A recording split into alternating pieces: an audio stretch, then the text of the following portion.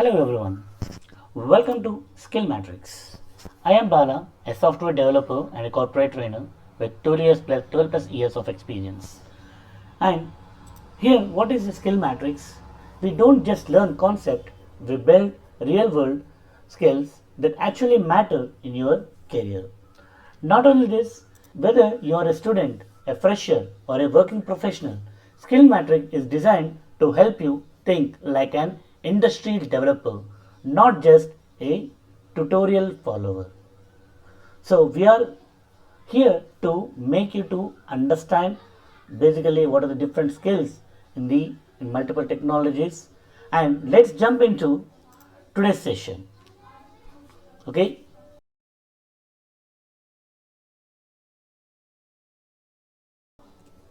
Today we are going to understand something about Angular. So basically, what is an introduction of Angular? Okay, what is the basically first steps of Angular? Okay, the second section will be basically we'll start with the simple introduction of Angular. Then we'll start with it. We'll create a application, a new Angular application, and to set up your Angular application, what are the pre-required software need to be installed in your laptop? Those skills also we are going to understand, and what are the different sessions you are going to learn in upcoming sessions or upcoming tutorials, or let's say you're going to build your first Angular application, data binding like ngFor, style binding, pipes, built-in directives. The next one we are going to understand is modules and services. So in the fourth session, in the fifth session, you are going to understand RxJS operators and REST API calls. In the sixth section, you are going to understand authentication and security. And in the next section, seventh section, you are going to understand template-driven forms. And in the eighth section, you are going to understand the reactive forms. And also, the next section will be the component communication. And then in the next section, you are going to understand debugging, how you are going to debug your Angular application. If you face some issue, how you are going to debug those, and how you are going to deploy auto deployments, and the life cycle hooks of Angular in the 11th section. So in the 12th and 13th section is a repetition of the previous section, which is pipes and directives. The pipes and directives, the initial stage will be the understanding about you can say the predefined pipes, okay, which is already predefined. You don't need to do any manual changes. But here in the 12th and 13th sessions and pipes and directives, you will be into deep diving into it, and you are going to create your custom pipes and custom directives. And in the next section, you are going to understand about the routing. And the next section, you are going to understand animations, how you can create animations in your Angular application. Then you are going to understand the future modules and a dynamic component, how you are going to create a dynamic components. And finally, we'll be closing with the unit testing and Angular zones. So that's it. Okay, let's introduce coming to the first session, which is the introduction and basics of Angular. So in this, we are going to cover some basic information like course introduction, so which is we already done, and introduction to Angular, where we start with the practice, goals of Angular, code compilation process in Angular, do's and don'ts of Angular, building blocks of Angular, Angular architecture, overview of Angular packages, Angular folder structure. So we are going to understand all about these things. Then here we will start with the first part,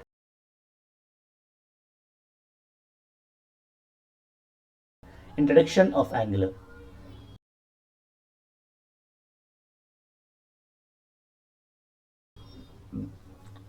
So what is an Angular? Angular is a most popular front-end framework to create maintainable web applications. So you can say, sir, why Angular? Why not the other technologies? So we have got the Angular, React. So we have Vue.js as well. Sir, why don't we choose those technologies? So each and every framework is designed in such a way, it has some purpose. It has some purpose. So when you say React based applications or React, So it's purely based on the real-time, real-world data. When coming to the Angular, it is used to maintain a huge data. Sir ఇంతెందుకు మనం తెలుగులో చెప్పుకుందాం. Okay, నా అసలు ఎందుకు angular ఎందుకు sir అంటే, sir angular వచ్చేసి మనకి జస్ట్ ఒక ఫ్రేమ్వర్క్ మాత్రమే కాదండి. Okay, it's not just a framework. So ఎలా చేస్తాము అంటే, సార్ బేసిక్గా ఫ్రేమ్వర్క్ అంటే ఏంటి అసలు? మనకి ఆల్రెడీ ఒక స్ట్రక్చర్ అనేది డిజైన్ చేసి ఉంటుందమ్మా, ఒక ప్రీ డిఫైన్ స్ట్రక్చర్ ఉంటుంది. అంటే సింపుల్ చెప్పాలంటే సార్, ఇదివరకు మనం ఎలా వాడేవారు, ఎలా ఉండేది సార్? మనకి ఇంట్లో మెట్లు కావాలి అంటే ఒక మేస్త్రిని పిలిపించేవాళ్ళం. వాడు ఒక ఇటుకలు కావాలి, సిమెంట్ కావాలి, అవన్నీ కావాలి, వాడు తీసుకొచ్చి మెట్లు కట్టేవాడు. బట్ రైట్ నో మన దగ్గర ఎలా ఉంది? ఆల్రెడీ ఒక మెటల్ ఫ్రేమ్ ఆల్రెడీ అవైలబిలిటీ ఉంటుందమ్మా. ఒక హ్యాంగ్ చేసుకున్నామంటే నీకు మెట్లు కన్స్ట్రక్షన్ అయిపోతున్నాయి, అవునా?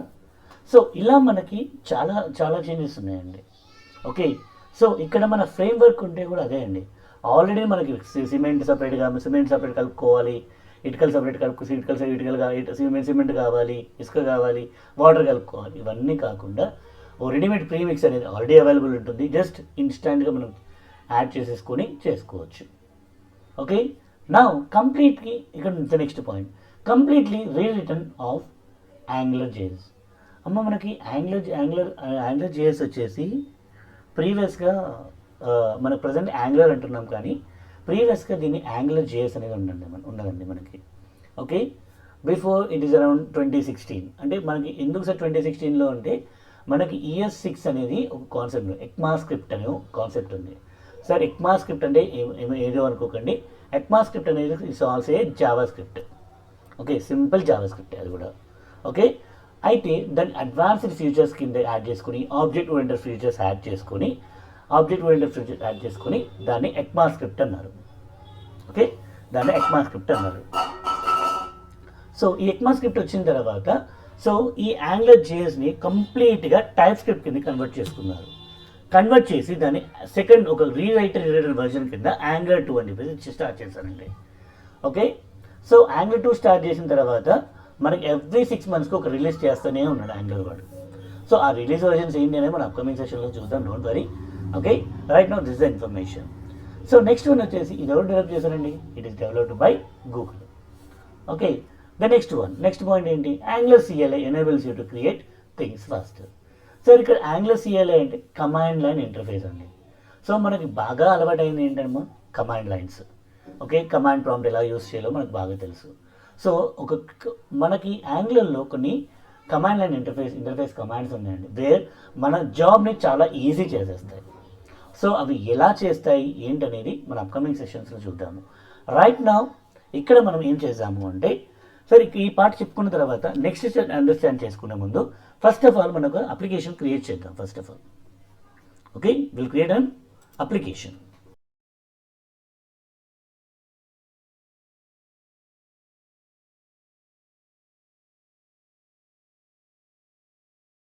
యాంగులర్ అప్లికేషన్ చెయ్యాలి అంటే సార్ మీ దాంట్లో ఏముండాలండి?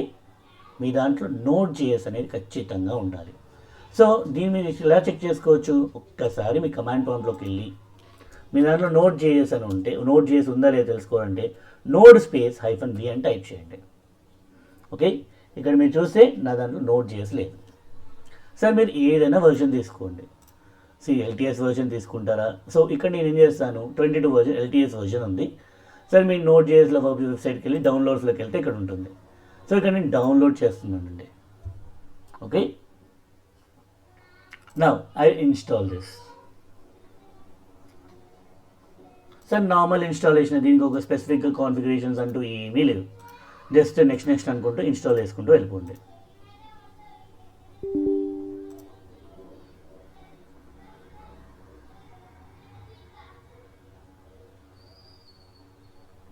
Okay, finish. సో ఇప్పుడు నాకు Node.js వచ్చేసింది. ఓకే సార్, మళ్ళీ చెక్ చేద్దాం Node-v అని. నౌ యూ కెన్ సీ నాకు వర్షన్ చూపిస్తుందండి. Node వర్షన్ 22 ఏదైతే మనం డౌన్లోడ్ చేసుకున్నామో ఆ వర్షన్ చూపించేస్తుంది. Right, the next part. Sir ఇప్పుడు యాంగులర్ కూడా కావాలి కదండి మనకి. అవునా? సో మీరు యాంగ్లర్ కావాలి అంటే మీరు ఏం చేయాలి, దానికి యాంగ్లర్ సిఎల్ఐ అనేది ఇన్స్టాల్ చేసుకోవాలి. సో దాని గురించి npm install -g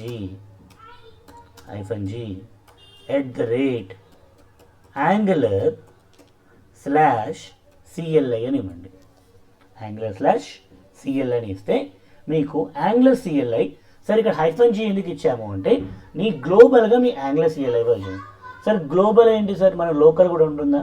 లోకల్ కూడా ఉంటుందండి. సో ఆ లోకల్ వర్జన్ ఏంటి? ఎగ్జాంపుల్, నీ ఎగ్జిస్టింగ్ అప్లికేషన్ మేబీ యాంగ్లర్ 14లో ఉంది ఆర్ యాంగ్లర్ 13లో ఉంది, మరి ఆ వర్షన్ కూడా సపోర్ట్ చేయాలి కదా మరి. సో అందుకే మనకి గ్లోబల్ వర్షన్ ఒకటి ఉంటుంది, లోకల్ వర్షన్స్ ఒకటి ఉంటాయి. సో ఇప్పుడు నాకు ప్యాకేజెస్ అన్ని ఇన్స్టాల్ అయిపోయాయండి. సో ఇప్పుడు నేను ఏం చేస్తాను, ng వర్షన్ అని చెప్పేసి టైప్ చేస్తాను. So here it will say that okay, నువ్వు ఏ వర్షన్ ఆఫ్ యాంగ్లర్ వాడుతున్నావు అనేది మనకి ఇక్కడ తెలుస్తుంది. ఇక్కడ మీరు చూస్తే నా యాంగ్లర్ సిఎల్ఐ వచ్చేసి 21 అంటే లేటెస్ట్ యాంగ్లర్ వర్షన్ ఉంది నా దాంట్లో. ఓకే, సో ఇక్కడ package manager npm node, npm అంటే నోడ్ ప్యాకేజ్ మేనేజర్ అండి. Okay, npm stands for node package manager అంటాము. ఓకే, npm అంటే ఏంటంటే నోడ్ ప్యాకేజ్ మేనేజర్ అంటాం. సో ఆ నోడ్ ప్యాకేజ్ మేనేజర్ ద్వారా మనం ఈ యాంగ్లర్ అనేది ఆర్ మేరీ ఇంకేమైనా అడిషనల్ లైబ్రరీస్ మనకి జావా స్క్రిప్ట్ కొన్ని డిఫాల్ట్ లైబ్రరీస్ ప్రొవైడ్ చేస్తుందండి. ఓకే, సో లైబ్రరీస్ అంటే ఏం లేదమ్మా, ఆల్రెడీ మనకి అవైలబిలిటీ ఉంటాయి కొన్ని. ఓకే, ఎవరో డెవలప్ చేసి ఉంటారు, వాటిని రీయూస్ చేసుకోవడానికి మనకి కొన్ని జావా స్క్రిప్ట్ లైబ్రరీస్ ఉన్నాయి అవి. ఓకే, ఫర్ నౌ ఇక్కడ చూడండి, ఇక్కడ నేను యాంగ్లర్ సిఎల్ఐ ఇన్స్టాల్ అయిపోయింది. నౌ నేనేం చేయాలి ఇప్పుడు, I want to create a new project. Okay, so దానికి ఏం చేస్తాం సార్, ఏం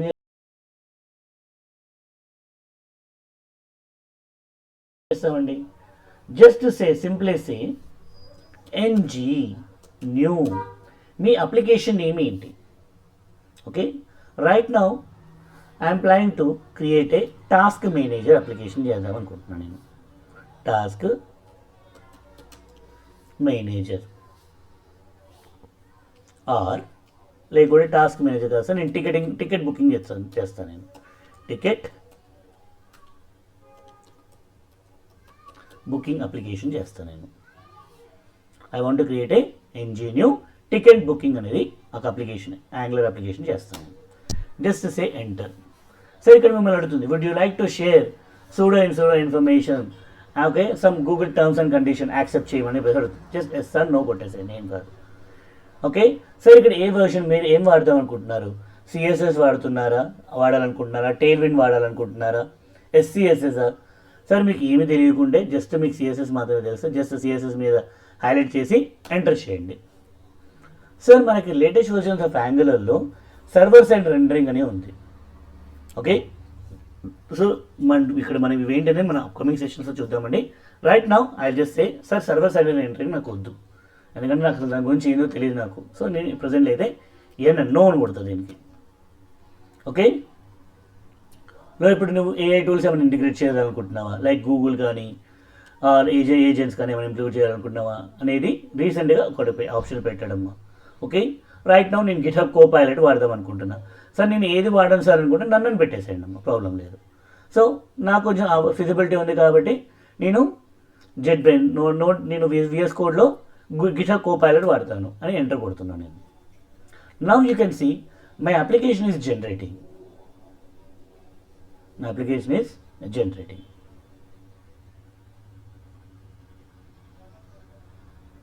So it will take some time because sir ఎందుకు సార్ ఇక్కడ ఎందుకు టైం తీసుకుంటుందంటే సార్ మీ ప్రాజెక్ట్ స్ట్రక్చర్ అంతా క్రియేట్ చేసి దానికి మనకు కావాల్సిన రిక్వైర్డ్ మాడ్యూల్స్ అన్నిని కూడా అది ఇన్స్టాల్ చేస్తుంది ఇక్కడ మనకి యాంగులర్.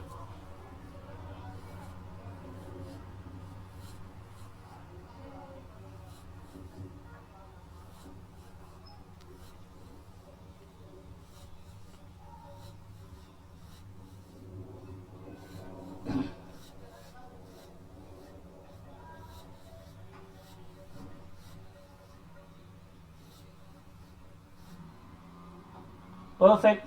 చూసేదండి, నా యాంగులర్ అప్లికేషన్ రెడీ అయిపోయింది నాకు ఆల్రెడీ, రైట్.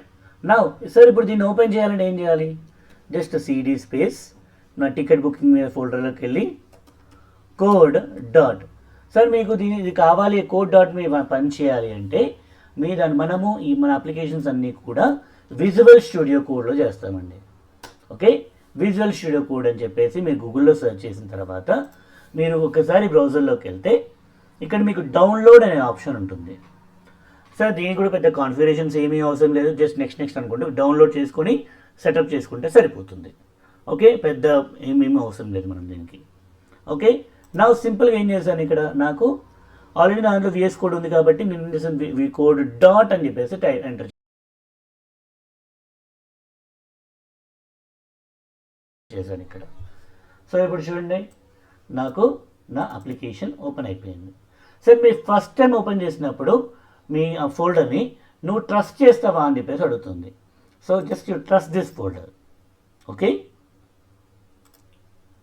సో ట్రస్ట్ చేసిన తర్వాత ఇక్కడ నాకు ఆల్రెడీ అప్లికేషన్, సార్ ఇక్కడ మీకు రైట్ సైడ్ మీకు నా గిట్హబ్ కోపైలట్ కనిపిస్తుందండి. I don't want to right now, don't want to use this, I put it a side.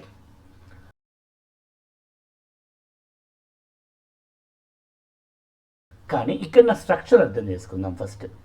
నా టికెట్ బుకింగ్ లోపల ఇక్కడ మీరు అబ్జర్వ్ చేస్తే నాకు VS కోడ్ అనే సంథింగ్ ఎక్స్టెన్షన్ చూపిస్తుందండి.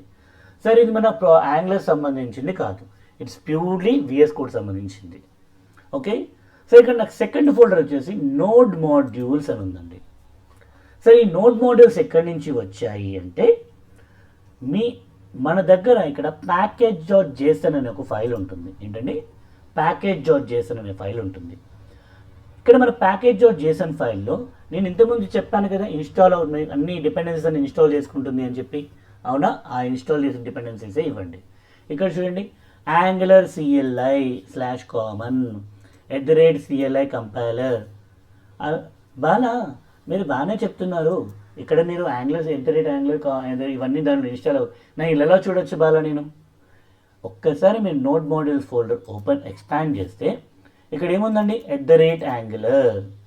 ఓకే, ఇక్కడ @Angular, @common, ఇక చూడండి కామన్, కంపైలర్, కోర్, ఇదిగోండి కోర్, ఫార్మ్స్, ఇదిగోండి ఫార్మ్స్, ప్లాట్ఫామ్ బ్రౌజర్, ఇదిగోండి ప్లాట్ఫామ్ బ్రౌజర్, రౌటర్, ఇదిగోండి రౌటర్ ఉందా, అండ్ డిపెండెన్సీస్ కూడా ఇన్స్టాల్ చేసుకుంటుందండి, డెవ్ డిపెండెన్సీస్. సరే ఇక్కడ మీరు రెండు ఉన్నాయి చూడండి, అబ్జర్వ్ చేస్తే డిపెండెన్సీస్ అని ఉంది, డెవ్ డిపెండెన్సీస్ అని ఉంది. సో ఇక్కడ డిపెండెన్సీస్ అంటేనేమో మీ అప్లికేషన్ డిపెండెన్సీస్ అండి. అదే డెవలప్మెంట్ డిపెండెన్సీస్ అంటే మీకు అప్లికేషన్ డెవలప్ చేయడానికి కొన్ని రిసోర్సెస్ కావాలి. అవునా, ఆ రిసోర్సెస్ అన్నీ కూడా మనకి డెవ్ డిపెండెన్సీస్లో మనం యాడ్ చేసుకుంటాం. అండ్ ఇక్కడ చూడండి RxJS అని కూడా సపరేట్గా ఉందండి. ఇక్కడ మీరు ఇది మీరు చూస్తే మీకు ఆల్ఫాబెటికల్ ఆర్డర్లో ఉంటుందండి. మీరు డైరెక్ట్ ఎందుకు ఇంత ఫాస్ట్గా వెళ్తున్నానంటే RxJS కదా, R కావాలి నాకు. అవునా, ఇది ఉంది RxJS ఆపరేటర్స్. TS ఏమో TypeScript లైబ్రరీ అండి అమ్మాయిది. అండ్ అదేవిధంగా మనకి డెవ్ డిపెండెన్సీ బిల్డ్ అని, CLI అని, కంపైలర్ CLI అని కూడా మనకి ఇవన్నీ కూడా దీంట్లో ఉంటాయి. సో ఇవన్నీ కూడా డిపెండెన్సీస్ అంటామండి. మనకి ఏమంటామండి, డిపెండెన్సీస్ అంటాం. ఓకే, నా ఇక్కడ మనకి నెక్స్ట్ ఫోల్డర్ వచ్చేసి పబ్లిక్ అనే ఫోల్డర్ ఉంది. సో ప్రీవియస్ వర్షన్ ఆఫ్ యాంగులర్లో మనకి ఎలా ఉండే అంటే మనకి అసెట్స్ అనే ఒక ఫోల్డర్ క్రియేట్ అయ్యేదండి. ఓకే, అసెట్స్ అనే ఒక ఫోల్డర్లో అది కూడా ఎక్కడ ఉండేదంటే SRC లోపల ఉండేది. SRC అనే ఫోల్డర్ లోపల అసెట్స్ అనే ఒక ఫోల్డర్ ఉండి దాంట్లో మనకి అసలు బేసిక్గా అసెట్స్ ఎందుకు అంటే, అసెట్స్ కానీ పబ్లిక్ ఫోల్డర్ ఎందుకంటే మనకి లోగోస్ కావచ్చు, ఇమేజెస్ కావచ్చు, అవన్నీ కూడా ఈ పబ్లిక్ అనే ఫోల్డర్లో పెట్టుకుంటాం. సో దట్ మనకి బ్రౌజర్లో కూడా మనకు కనిపించే విధంగా. ఓకే, సో నెక్స్ట్ ఏంటి, SRC అనే ఫోల్డర్ ఉందండి. మనం దానిలో తర్వాత వద్దాం SRC ఫోల్డర్కి. సో దీంట్లో మనకి ప్రాజెక్ట్ సంబంధించిన మన డెవలప్మెంట్ సంబంధించిన కోడ్ అంతా కూడా దీంట్లో రాస్తాం. ఓకే, దీనికి మనం లాస్ట్లోకి వెళ్దాం. ఇక్కడ మనకి ఎడిటర్ కాన్ఫిగరేషన్. సార్ ఇది వచ్చేసి మీ VS కోడ్ మనకి ఎడిటర్ ఏ కాన్ఫిగరేషన్లో ఉండాలి అనేది చెప్తుంది. అండ్ గిట్ ఇగ్నోర్ ఫైల్ ఉంటుందండి. సో మీరు వన్స్ ఒకసారి ఈ కోడ్ కనుక గిట్హబ్లోకి పుష్ చేసిన తర్వాత ఓకే, అది ఎలా ఉండాలి, ఏ ఫైల్స్ ఉండాలి, ఏ ఫైల్స్ ఉండకూడదు అనేది ఇది చెప్తుంది మీకు. నెక్స్ట్ యాంగులర్స్ డాష్ జేసన్ అనే ఫైల్ ఉంటుందన్నమాట. సో ఈ యాంగులర్ జేసన్ ఫైల్ వచ్చేసి మీ అప్లికేషన్ సంబంధించిన ఇన్ఫర్మేషన్ అంతా కూడా, అంటే మీరు ఏ టైప్ మీరు అప్లికేషన్ ఎలా బిల్డ్ అవుతుంది నీకు, ఓకే, బిల్డ్ అయిన తర్వాత ఏమేం ఫైల్స్ జనరేట్ అవ్వాలి, ఓకే, నీ సోర్స్ ఫైల్, నీకు స్టైల్స్ ఫైల్ ఎక్కడ ఉంది, ఓకే, ఒకవేళ నువ్వు ప్రొడక్షన్ ఎన్విరాన్మెంట్ చేస్తే ఓకే, ఆర్ డెవలప్మెంట్ ఎన్విరాన్మెంట్ చేస్తున్నావా, ప్రొడక్షన్ ఎన్విరాన్మెంట్ కాన్ఫిగరేషన్ చేస్తున్నావా, లేకుంటే యాక్సెప్టెన్స్ అనే ఎన్విరాన్మెంట్ ఉంటుంది మనకి. బేసిక్గా ఈ ఎన్విరాన్మెంట్ ఎప్పుడైతే మాట్లాడుతున్నానో సార్, ఒకసారి మనం ఐటీ ఇండస్ట్రీకి వెళ్ళాక మనకి డిఫరెంట్ ఎన్విరాన్మెంట్స్ ఉంటాయండి. ఎలా అంటే డెవ్ ఎన్విరాన్మెంట్ అని, యాక్సెప్టెన్స్ ఎన్విరాన్మెంట్ అని, ప్రొడక్షన్ ఎన్విరాన్మెంట్స్ అని ఉంటాయి. సో ఈ డెవ్ ఎన్విరాన్మెంట్లో ఏం చేస్తామంటే మనం డెవలపింగ్ చేస్తాం. యాక్సెప్టెన్స్ ఎన్విరాన్మెంట్ అంటే ఏంటి అంటే, సో ఎవరైతే యూజర్స్ ఉంటారో వాళ్ళు ఒకసారి మన అప్లికేషన్ మొత్తం యాక్సెప్టెన్స్ ఎన్విరాన్మెంట్లో టెస్ట్ చేస్తారు. ఓకే, యూజర్ కనుక సాటిస్ఫై అయ్యాడు అనుకోండి, అప్పుడు కొన్ని బేసిక్గా కీ యూజర్స్ అని ఉంటారు. కీ యూజర్స్ అంటే ఎవరైతే మీ అప్లికేషన్ని బాగా ఫాలో అయ్యి ఎప్పటికీ రన్ చేస్తుంటారో వాళ్ళ కీ యూజర్స్. బేసిక్గా వాళ్ళ దగ్గర నుంచి మీకు రిక్వైర్మెంట్ కొన్ని, బాబు నాకు ఈ పర్టికులర్ ఫీచర్ పనిచేయట్లేదు, మీరు ఏమైనా మీ ఫీచర్ని యాడ్ చేయగలుగుతారా మన దాంట్లో అనేవన్నీ కూడా కీ యూజర్స్ దగ్గర నుంచే వస్తాయి. ఓకే, సో ఇక్కడ మనం ప్రొడక్షన్ కాన్ఫిగరేషను, డెవలప్మెంట్ కాన్ఫిగరేషన్స్ అన్నీ కూడా దీంట్లో ఉంటాయి. Okay, so this is angular.json file. Sir ఇక్కడ ప్యాకేజ్ log.json ఫైల్ కూడా ఉంటుంది. సో నార్మల్గా మనకి angular.json ఫైల్లో వచ్చేసి మనము ఇక్కడ అప్గ్రేడ్ అవ్వాలా, డౌన్గ్రేడ్ అవ్వాలా, ఓకే, స్టేబుల్గా ఉండాలనేది అప్గ్రేడబుల్ అని చెప్పేసి మనం ఇస్తాం. ఇక్కడ మీరు క్యాప్ సింబల్ అని చూసారా, ఇది వచ్చేసి ఈ పర్టికులర్ వర్జన్ అప్గ్రేడబుల్ అండి, క్యాప్ వర్జన్. ఇక్కడ మీరు చూడండి, ఇక్కడ నాట్ సింబల్ ఉంది, ఇక్కడ నెగేషన్ సింబల్ ఉంది. సో ఇది నాన్ అప్గ్రేడబుల్ అండి. మీ టైప్ స్క్రిప్ట్ వర్జన్ అప్గ్రేడ్ అవుతేనే అది అప్గ్రేడ్ అవుతుంది, లేకుంటే డైరెక్ట్ అయితే అప్గ్రేడ్ అవ్వదు. సో ఇలా మనకి స్పెసిఫిక్గా వర్జన్స్ ఏవి అప్గ్రేడ్ అవ్వాలి, ఏవి అప్గ్రేడ్ అవ్వద్దు అనే దాన్ని మన అప్లికేషన్ స్పెసిఫిక్ ఉండాలి కాబట్టి ఆ వర్జన్స్ అన్నిటిని లాక్ చేసి పెడుతుంది, సో దట్ మన కరెంట్ అప్లికేషన్స్ ఎలాంటి ప్రాబ్లం రాకుండా. నెక్స్ట్ రీడ్మీ ఫైల్, జస్ట్ మన ప్రాజెక్ట్ గురించి ఇన్ఫర్మేషన్ ఇస్తుందండి, అంతే ఇది. Okay, next type script TS configuration అని చెప్పేసి, సార్ మన దగ్గర ఆల్రెడీ ఒక సపరేట్ కోర్స్ ఉందండి, టైప్ స్క్రిప్ట్ కోర్స్. మన స్కిల్ మ్యాట్రింగ్లో అప్కమింగ్ సెషన్స్లో వస్తుంది మీకు.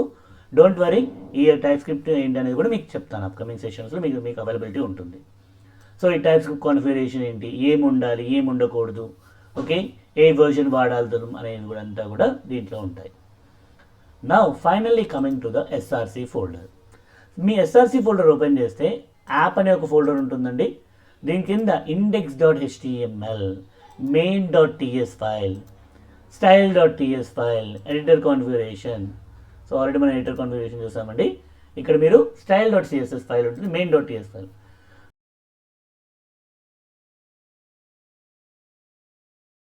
సార్ మీ అప్లికేషన్ ఎప్పుడు కూడా మెయిన్ బూట్ స్ట్రాపింగ్, సార్ మీరు చాలామంది అంటారు where your application bootstrapping starts అంటే మన యాంగులర్ అప్లికేషన్స్ వచ్చేసి main.ts ఫైల్ నుంచి స్టార్ట్ అవుతాయండి. సార్ ఇక్కడ main.ts ఫైల్ నుంచి ఇక్కడ మీ యాప్ అనేది ఒకటి ఉంటుంది. సో ఇక్కడ మీ యాప్ నుంచి సార్ మీ వన్స్ ఒకసారి ఇక్కడ మీరు index.html ఫైల్ కూడా ఉంటుందండి. ఓకే, ఇక్కడ మీరు అబ్జర్వ్ చేస్తే app-route అనే ఒక ఆప్షన్ ఉంది. ఎస్ సార్, ఇదేంటి సార్, దీన్ని మనం ట్యాగ్ ఆర్ మన యాంగులర్ లాంగ్వేజ్లో సెలెక్టర్ అని అంటామండి. ట్యాగ్ ఆర్ దీన్ని మనం సెలెక్టర్ అని కూడా అంటాం. సో ఒక్కసారి కనుక మీరు ఇది ఎక్స్పాండ్ చేస్తే, సో మనకి యాప్.ts అనే ఒక ఫైల్ ఉంది చూడండి ఇక్కడ. ఓకే, యాప్.ts అనే ఫైల్ ఉందండి ఇక్కడ. దీని లోపల మీరు చూస్తే ఇక్కడ మీరు చూడండి సెలెక్టర్ అని ఉంది చూడండి, ఇక్కడ app-route అనేది ఉంది ఇక్కడ. సో ఈ @కాంపోనెంట్, ఈ ఇంపోర్ట్స్ ఏంటి మనం చూద్దామండి, డోంట్ వరీ. ప్రజెంట్లీ అయితే ఇక్కడ యాప్ రౌటింగ్. సో ఇక్కడ main.tsలో ఇక్కడ ఇది కూడా సేమ్ మీ యాప్నే నావిగేట్ చేస్తుంది చూడండి. ఇక్కడ ఏదైతే మీరు చూడండి, ఇక్కడ నేను నావిగేట్ అవుతుందని చూడండి, యాప్ అవునా, అంటే మీ ఇక్కడ నుంచి నా మెయిన్ డాట్ టీఎస్ ఫైల్ నుంచి మీ యాప్ కాంపోనెంట్కి వచ్చింది. సో యాప్ కాంపోనెంట్లో ఉన్న యాప్ డాట్ హెచ్టిఎంఎల్ కంటెంట్ అంతా కూడా మనకు డిస్ప్లే అవుతుంది. సరే ఇక్కడ మనకు యాప్ డాట్ కాన్ఫిగరేషన్లో కొన్ని యాప్ కాన్ఫిగరేషన్ ఉంటుందండి ఇక్కడ. సరే ప్రీవియస్ వర్షన్స్ ఆఫ్ యాంగులర్లో మనకు యాప్ కాన్ఫిగరేషన్ లేదండి, but right now the app configuration అనేది ఉంది.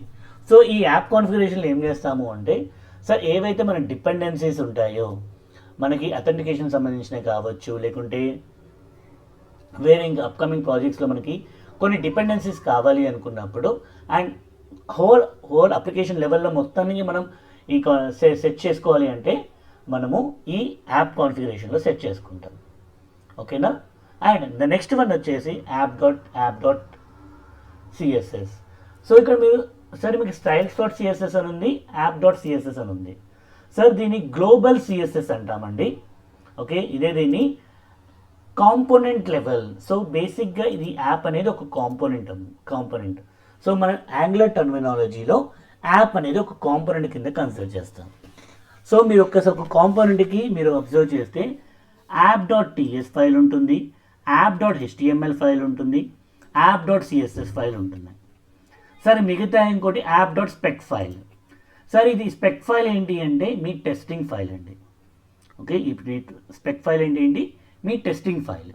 సో మీ అప్లికేషన్ టెస్ట్ చేసుకోవడానికి యూజ్ చేసుకునే ఫైల్ ఇది. ఓకేనా. నా మీ రౌటింగ్. సార్ మీ రౌటింగ్ అంటే ఒక పేజ్ నుంచి ఇంకో పేజ్కి వెళ్ళాలి అంటే మనం రౌటింగ్ చేస్తాం దీంట్లో. So this is all about the structure of your application. Okay, now మనం బ్యాక్ ఒక్కసారి దీని అప్లికేషన్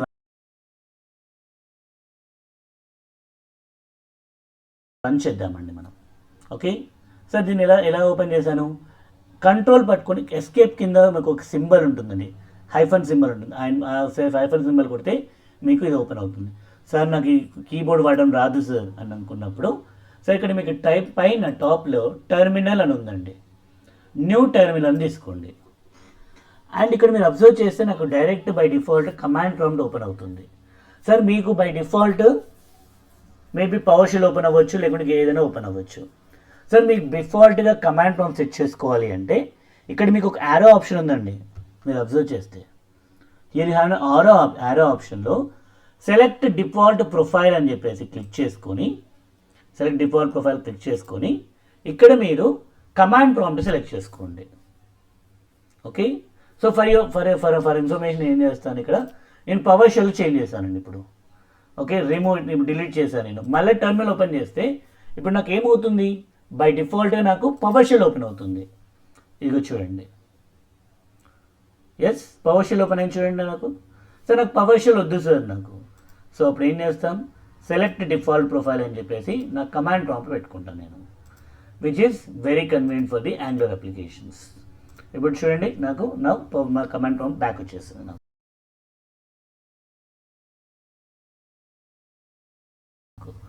సో మీ యాంగులర్ అప్లికేషన్ రన్ చేయాలంటే ఏం చేయాలండి, సింపుల్ npm install అవసరమా, జస్ట్ సే npm start అని చెప్పేసి అనాలి. ఏమండి npm start అంటే జస్ట్ మళ్ళీ ఒకసారి కన్ఫర్మేషన్ అడుగుతుందండి, పాలసీస్ జస్ట్ ఎస్ అని చెప్పేసి ప్రెస్ చేయండి ఇక్కడ. Now your application will be start running.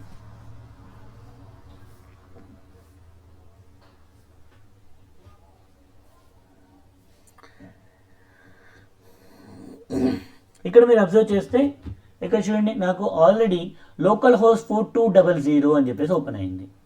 ఒక పోర్ట్ నెంబర్ ఇచ్చిందండి. దీన్ని కాపీ చేసుకున్నాను, కాపీ చేసుకోవచ్చు అండి, డైరెక్ట్ కూడా క్లిక్ చేసుకోవచ్చు. I will go to my browser. Sir ఇదంతా మీరు ఎప్పుడు ఇచ్చారు సార్, నేను ఇక్కడేమి ఇవ్వలే కదా. బై డిఫాల్ట్ యాంగులర్లో మన కోడ్ అంతా ఇక్కడ ఉంటుందండి. యాప్ డాట్ కాంపోనెంట్లో ఇవన్నీ కూడా చూడండి, ఇదంతా కూడా ప్రీ డిఫైన్డ్ కోడ్ అనేది, శాంపుల్ కోడ్ అనేది మనకు ఆల్రెడీ ఇచ్చేస్తుంది. సార్ నాకు ఇదంతా అవసరం లేదు అన్నాం అనుకోండి, okay we can remove it guys directly. Okay మనం ఏం చేద్దాం, so I'm going to delete this whole content. ఇప్పుడు ఒకసారి సేవ్ అన్నాను సార్. సార్ మీరు అంటే ఆటో సేవ్ అయిపోయి నాకు మళ్ళీ అప్లికేషన్ బిల్డ్ జనరేట్ అయిపోయింది. I go to my browser see plain content. నా ఇప్పుడు నేను మళ్ళీ ఏం చేస్తాను, నేను ఒక H1 అనే ఒక ట్యాగ్ తీసుకొని okay welcome to skill matrix అని చెప్పేసి ఇచ్చాను. సేవ్ అనండి. మళ్ళీ ఇక్కడ బిల్డ్ అయిన చూడండి 0.1 seconds ముందే మళ్ళీ ఇక్కడ చూడండి. Are able to see my screen? Yes. ఇప్పుడు will try to understand a concept. Okay, ఇది నా HTML పేజ్. ఇక్కడ నాకు TS ఫైల్ ఉంది సార్. ఓకే, ఇక్కడ నా TS ఫైల్ ఉంది సార్. ఇక్కడ నా టైటిల్ ఉంది టికెట్ బుకింగ్ అని. ఓకే, ఇక్కడ నా టైటిల్ రీడ్ ఓన్లీ అని చెప్పేసి ప్రొటెక్టెడ్ రీడ్ ఓన్లీ అని పెట్టేసి పెట్టుకున్నాం ఇక్కడ. సార్ ఇక్కడ సిగ్నల్ యూజ్ చేస్తున్నారు సార్. బేసిక్ సిగ్నల్ ఎందుకు అంటే చేంజ్ డిటెక్షన్ని ఫైండ్ అవుట్ చేస్తుంది. ఓకే, ఆ చేంజ్ డిటెక్షన్ ఏంటి, ఎలా వర్క్ అవుతుంది అనేది చూద్దామండి మనం. ప్రజెంట్ అయితే ఇప్పుడు నేను ఈ పర్టికులర్ దీన్ని నేను వెల్కమ్ టు స్కిల్ మ్యాట్రిక్స్ అని చెప్పి టైటిల్ అని చెప్పేసి ఇచ్చానండి.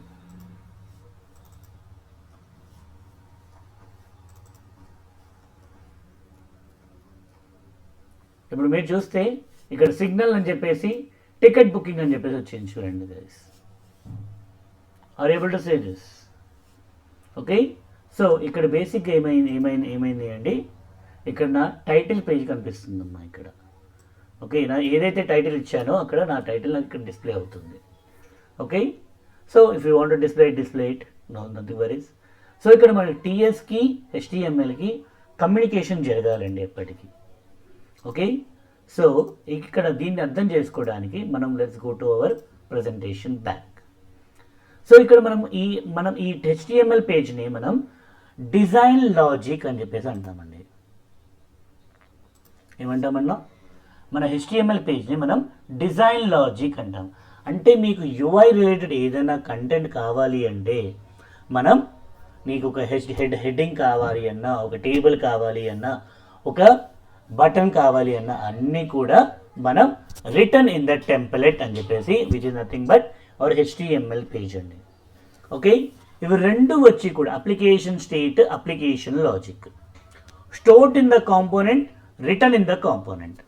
Sir stored and return the component అంటే సింపుల్గా చెప్పాలి అంటే మీ TS ఫైల్ అండి. సార్ ఇక్కడ నేను వాల్యూ ఒకటి రాశాను ప్రొటెక్టెడ్ అని రాశాను. లేదు సార్ నేను కొత్త వాల్యూ రాస్తాను okay they want to display date is equals to new date అని చెప్పేసి ఇచ్చాను. So I want to display today's date. Okay, current date అని చెప్పేసి ఇచ్చాను ఇక్కడ నేను. ఓకే, సో దీన్ని డిస్ప్లే చేయాలంటే ఏం చేయాలండి, I just copy this, I go to my HTML. Okay, ఇక్కడ నేను సింపుల్గా పేస్ట్ చేస్తాను, కరెంట్ డేట్ అని చెప్పి పేస్ట్ చేశాను. ఇప్పుడు మీరు ఒకసారి మీ బ్రౌజర్కి వెళ్ళి చెక్ చేస్తే ఇక్కడ చూడండి థర్స్డే December 25th 2025 ఈరోజు డేట్ డిస్ప్లే అయింది నాకు. ఎస్,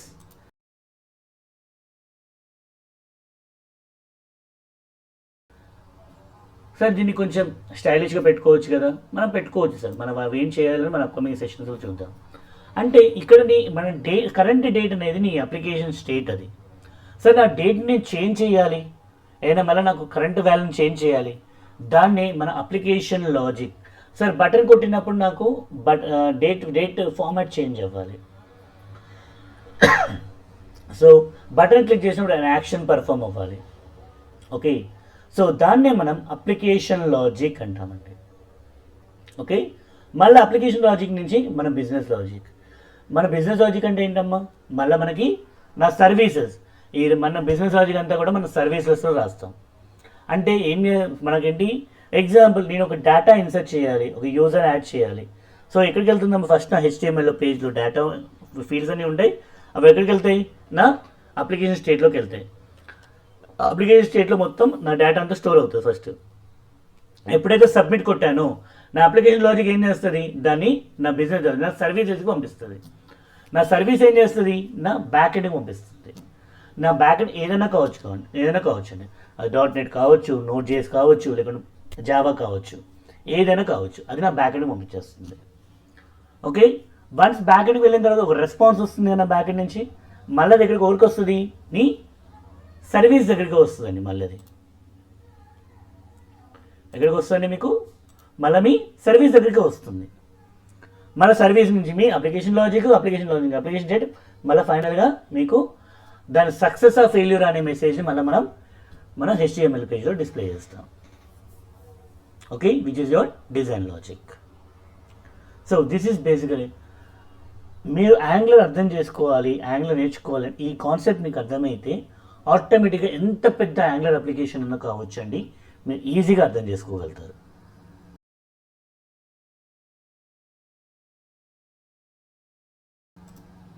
ఓకే, నా so what are the goals and advantages of Angular? So ఎందుకు ఇంట్రడ్యూస్ చేస్తారు ఇంత కష్టపడి, ఎందుకు సార్ అంటే, so separation of DOM manipulation logic from application logic. So DOM అంటే ఏంటండి, డాక్యుమెంట్ ఆబ్జెక్ట్ మోడల్ అండి. DOM అంటే document object model. So document object model ఇదివరకు మన జావా స్క్రిప్ట్లో ఎలా ఉండేది అంటే, మన ప్రతి ఒక్క చేంజెస్ కూడా మన బ్రౌజర్లోనే చేంజెస్ చేసేవాళ్ళం. సో ఆ లాజిక్ని చేంజ్ చేయడానికే మనకి ఈ DOM మ్యానిపులేషన్స్ అనేవి పెట్టుకున్నారు. Separation of HTML logic from the application logic and separation of the business logic from the application logic. So ఇక్కడ నా HTML లాజిక్ సపరేట్ అయిపోయింది, అప్లికేషన్ లాజిక్ సపరేట్ అయిపోయింది, నా బిజినెస్ లాజిక్ సపరేట్ అయిపోయింది, అన్నీ సపరేట్ అయిపోయాయి. And more maintainable. సరే, ఈ కోడ్ని చాలా ఈజీగా మేనేజ్ చేసుకోవచ్చు అండి, ఎంత పెద్దగానే ఎక్స్టెండ్ చేసుకోవచ్చు మనం. Next, make the single page application development easier. ఇక్కడ మీరు అబ్జర్వ్ చేస్తే నా బ్రౌజర్లోకి వెళ్తే ఇది నా సింగిల్ పేజ్ అప్లికేషన్ అంటామండి. ఇదిగోండి, నా వెబ్సైట్ అంతా కూడా ఈ సింగిల్ పేజ్లోనే ఉంటుంది. Okay, and finally make code unit testable. Sir అందుకే అండి ప్రతి కాంపోనెంట్ వైజ్ నేను యూనిట్ టెస్ట్ కేసెస్ రాసుకోవచ్చు నేను ఇండివిజువల్గా.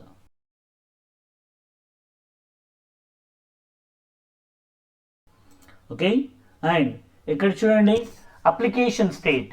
సో మీ application source code, TypeScript code అంతా మన TS ఫైల్ ఉంది కదండి, ఆ TS ఫైల్ వచ్చేసి TSC అనే కంపైలర్ ద్వారా అది జావా స్క్రిప్ట్ కన్వర్ట్ అయ్యి మన వెబ్ బ్రౌజర్లో ఎగ్జిక్యూట్ అవుతుంది.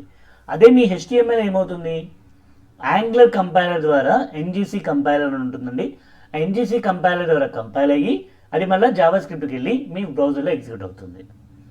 This is how the Angular application work.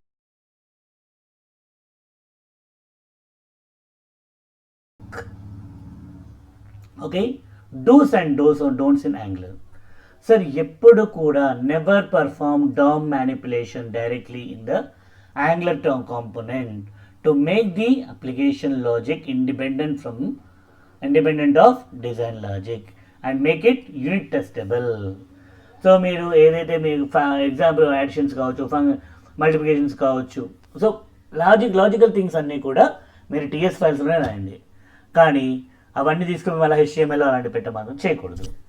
Never write JavaScript code in Angular template. So templates అంటే nothing but your HTML page అండి. ఇక్కడ never write business logic in components. Business logic ఎప్పుడు కూడా components. And most important, avoid using jQuery to manipulate DOM elements. So DOM manipulations కూడా చేయకూడదు. And the next part, always use routing and modules. Sir modules అనే concept లేదండి ప్రెసెంట్లీ, routing మాత్రం ఉంది and configuration అనేది ఉందని మనం చెప్పుకుంటాం. So right now we can say always use routing and configuration. Prefer routing guards and JWT for authentication and security. Always manipulate application data by writing the application logic in the components. Always place global CSS or style sheets for file and local CSS styles too in the component.css files. Always write REST API calls and business logic in service says only and return observable from service. prefer to use bootstrap or equivalent. Always use a CSS pre-processing such as SCSS or CSS ఏదైనా use చేసుకోవచ్చు.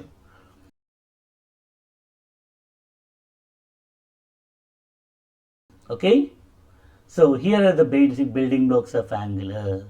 So మనం ఇక్కడ సరే మన సర్వీసెస్కి, okay, services నుంచి dependency injection.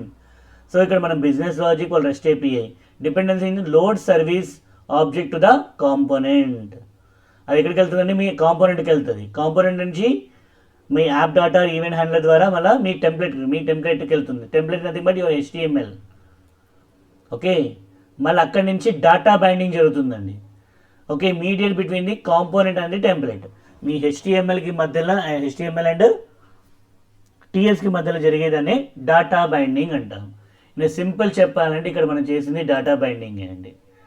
దీన్ని interpolation binding అంటున్నాం. ఎందుకంటే ఇక్కడ నేను TS ఫైల్లో ఉన్న కరెంట్ డేట్ని నేను ఆ HTMLలో డిస్ప్లే చేస్తున్నాను. దీన్ని మనం ఇంటర్పోలేషన్ బైండింగ్ అంటాం. ఓకే, బైండింగ్ ఏంటంటే మనం చూస్తామని, డోంట్ వరీ. అండ్ మాడ్యూల్స్ వచ్చి కలెక్షన్ ఆఫ్ కాంపోనెంట్స్. సో ఈ కాన్సెప్ట్ మనకు లేదు. Basic previous building blocks and direct cells అనేవి ఇక్కడ ఈ బిల్డింగ్ బ్లాక్స్ మాడ్యూల్స్ బదులు కాన్ఫిగరేషన్ చేంజ్ అయిందండి మనకి. అండ్ లాస్ట్ వన్ వచ్చేసి directives. Okay, direct down manipulations. So direct down manipulations మనం డైరెక్ట్ ద్వారా చేస్తాం. అండ్ మన సేమ్ యాంగులర్ ఆర్కిటెక్చర్ అండి, సేమ్ కాంపోనెంట్ ఉంటుంది, మన టెంప్లెట్ ఉంటుంది.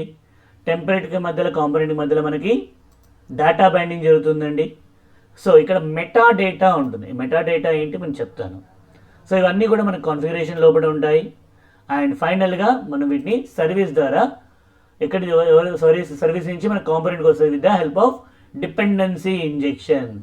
సో ఇక్కడ మన డిపెండెన్సీ ఇంజెక్షన్ అంటే load data to the component. ఇది basic. And finally the directives కూడా ఉంటాయండి. So I will stop it here for the today session. Sir మన ఇంకా అప్కమింగ్ సెషన్స్లో మన యాంగులర్ ప్యాకేజెస్ ఏంటి, ఏమేమి ప్యాకేజెస్ ఉన్నాయి, వాటన్నిటి గురించి కూడా మన అప్కమింగ్ సెషన్స్లో మనం చూస్తామండి. Okay, hope you like this my today's session. If you have any concerns or if you don't understand anything, please free to reach out to me in the chat. Or thank you everyone. Have a great day. Bye bye.